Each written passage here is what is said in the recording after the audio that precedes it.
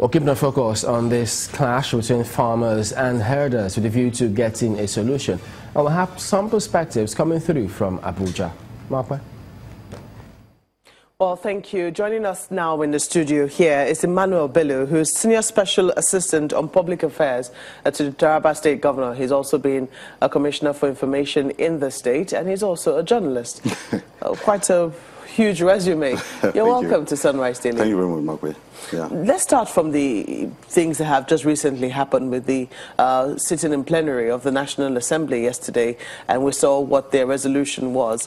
How impressed are you in terms of how the National Assembly has moved to handle this particular matter? Well, it tells you also the dimension of the crisis we're dealing with, and you know how serious it is. That it's virtually the only talking point yesterday for the parliamentarians, and the papers captured it very well today. Virtually every newspaper made it its headline. That'll tell you the dimension, the depth, the level at which this problem has eaten deep. So if anyone anywhere is actually thinking that, no, well, this is a restricted problem to some people who, you know, don't really think about or care about, well, they may have to have a rethink, because this probably is the #1 issue right now in the country, threatening not just, you know, the peace, the stability, the security, everything of the country. It's probably also, you know, threatening even, you know, the survival, basic survival of people, because chances are that there is going to be famine, and there will be famine because practically everybody is out of the farms. So this is a serious problem, and that was underscored yesterday with how the parliamentarian took it up, and said kudos to them, because it's about time they started talking about this. And I would advise that they don't just stop there. They should follow this problem through.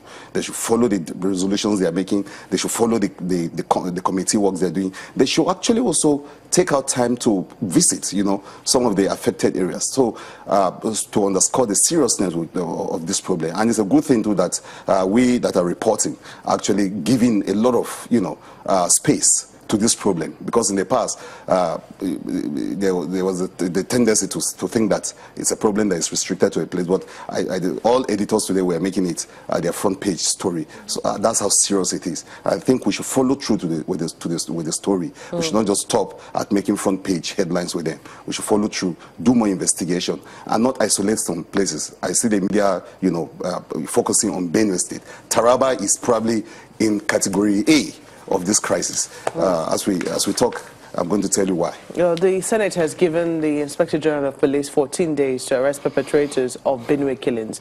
You're right, we're pretty specific on Benue, because the Senate did send a team of senators to visit Benue and come back to them on what they found. I think they also had their recommendations. After debate on the floor of the Senate, they say 14 days to arrest the perpetrators of Benue killings. Do you think that this ultimatum is just...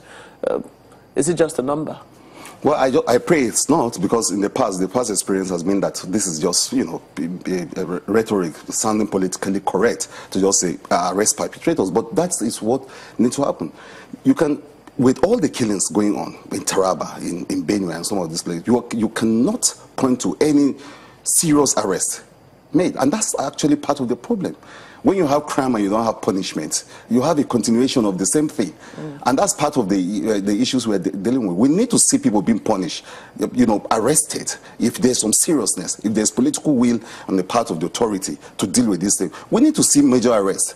You don't just go pick maybe, you know, vigilante people. People who are actually also making efforts to see that they respond to this in their own way. You pick them, you make a show of them, you ensure that you beam the media on them, and then you actually do not go after the people that are actually causing mayhem. I don't think there's any argument again about who is causing this and who is doing that. Everybody is almost conscious of who the aggressors are, but have not been arrested. It would seem that every state has its own unique issues.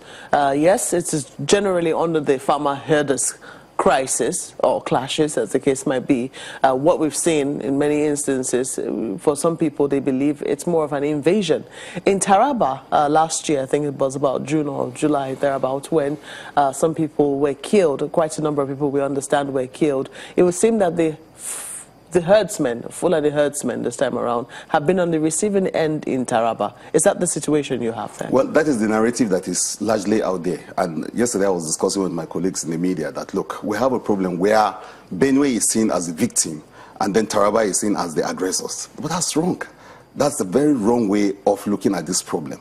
We are all victims. In fact, like I say, Taraba is almost at the very first rung of this crisis. If you look at the dimension of crisis involving local government, involving local government in the south and all that. As I speak to you now, you have refugee crisis, in places where people have been moved out of their places in the northern part of the state. And before now, in the southern part of the state, we have all those crises. And of course, the one that is very popular, the Sardauna crisis. Yes, so it's not as if some group are on the receiving end in one part of the world and others are actually. The truth of the matter is that we are all victimized. In Taraba State, Taraba people are going through one of the most horrendous period in their history over this problem. It's amazing how both the national and the international media being their searchlight on Benue State, but Taraba is actually having a huge crisis on its hand with this problem. What is the situation in Taraba?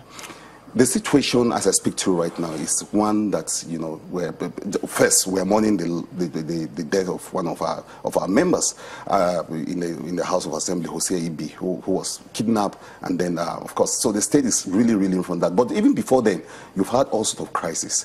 You have the Fulani herdsmen, taking huge parts of lands in places like Lao, sending people away. There are communities, that are practically burned down, and nobody is there anymore. They will move away. Now, another thing that we need to know when it comes to Taraba is that before now, Taraba has always been a peaceful state. One of the things that people know associated with Taraba is that in fact, we pride ourselves as a nature's gift to the nation. That's because we're actually trying to make tourism, and that's one of the areas that we really look to make tourism the cornerstone of our economy. That's because of the peaceful nature of it. And you are right, every state has its own unique story to tell. The Taraba story is that, first and foremost, we don't hate Fulanis. We don't hate Muslims. That's not our. Someone was here yesterday and tried to, give that kind of coloration that we're haters of people, want to kill people, want to do. No, we're not like that at all. That does not describe us. We grew up with Muslims. We grew up with Fulani people. Another thing is trying to link this problem with some religion and say that the Fulani herdsmen crisis has no religion.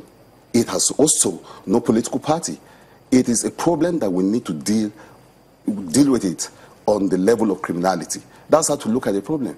But when you say that a state, has actually a blueprint to exterminate a particular tribe, it's also not a tribal problem. Because in Taraba State, for instance, Fulanis are not the only owners of cows. That will shock you. A whole lot of other people in Taraba State are cow owning too. So it's not restricted to a particular, demography, this issue of owning cows. Another thing that is unique about Taraba is that some form of ranching is already going on in Taraba.